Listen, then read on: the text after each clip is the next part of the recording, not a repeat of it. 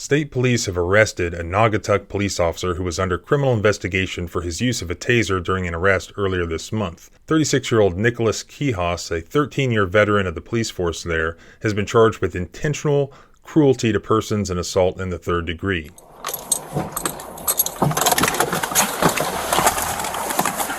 Shut it off! Shut the thing off or die! Shut it off!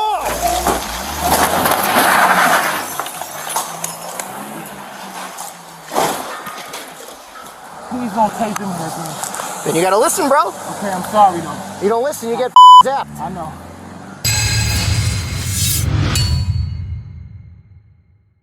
The incident happened on October 14th during the arrest of 33-year-old Gerald Day of Waterbury. The arrest followed a brief pursuit and foot chase after an attempted robbery at Stop and Shop in Naugatuck, according to police.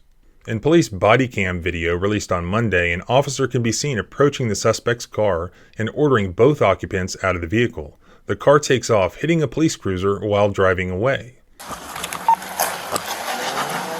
DBA? Okay, we had the vehicle boxed in, and it drove up on the grass, took off at a high rate of speed, and struck Officer Quijas' cruiser. It's now heading on South Main towards Waterbury, towards Route 8. Okay. Crash. On the on-ramp. Fail. A second video taken from Officer Quijas' body cam shows Quijas driving after the fleeing vehicle and finding it crashed into a pole a short distance away. Okay,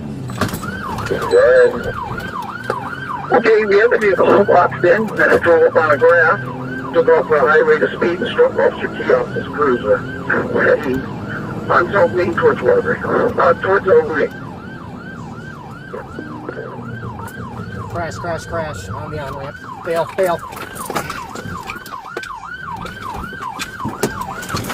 Quijas is seen getting out of his police car and chasing Day on foot. He points his taser at Day and orders him to stop and get on the ground.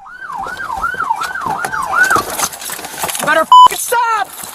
You better f***ing stop! On the ground! Quijas then deploys his taser, dropping Day to the ground.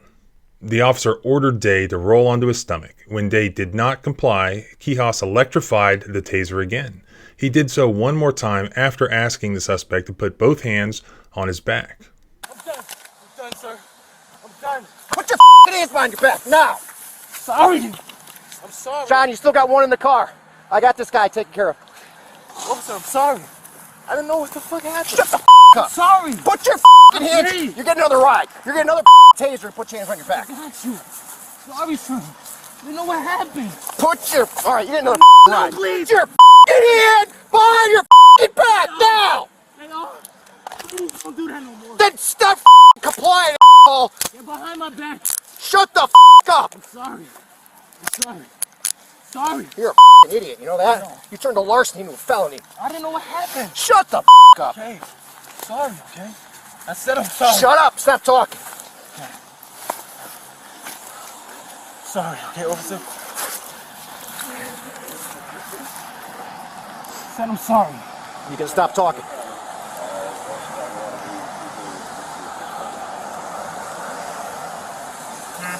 Fuck you. I'm sorry, officer. I was nervous. I didn't You know can shut up now. Okay. Matt, I'm good. One in cutscene. I'm sorry, okay? I promise you. I said I'm sorry and I mean it. Okay, officer? Please don't take them here, dude. Then you gotta listen, bro. Okay, I'm sorry, though. You don't listen, you get zapped. I know. I'm sincerely sorry, though. Okay, officer? You heard me? You don't be sorry to me, sorry to yourself. I know. Vital, I need you in the wood line to your left. Okay, officer, I think I pissed on myself. Yeah, you probably did. I'm sorry, okay, officer? Tony!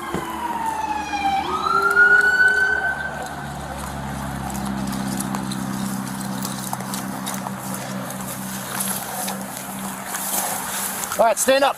I got you, sir. Get up. Use your legs. Stand up. Try hard. Taser 3 times. Got it. Shut up. Next time, don't run. You can see.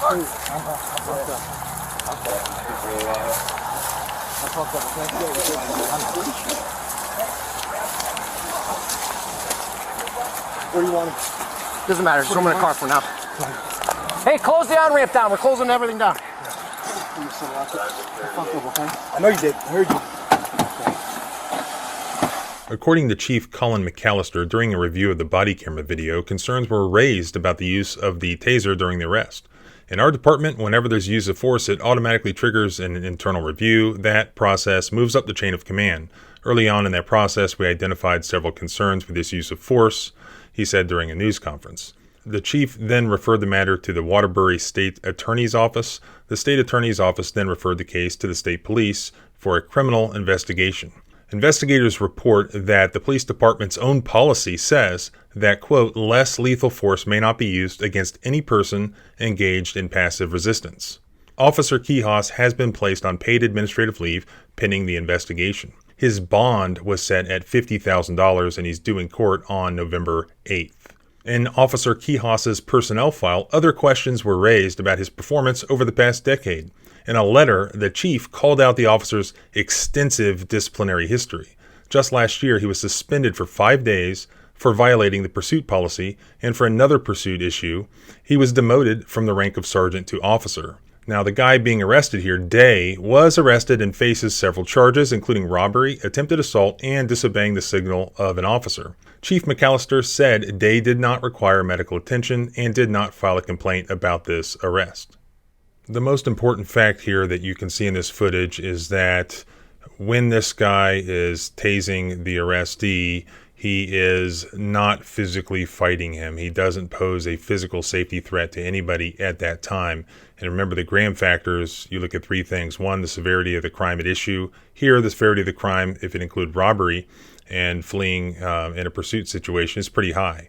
But the most important Graham factor is whether there's an immediate safety threat to anybody.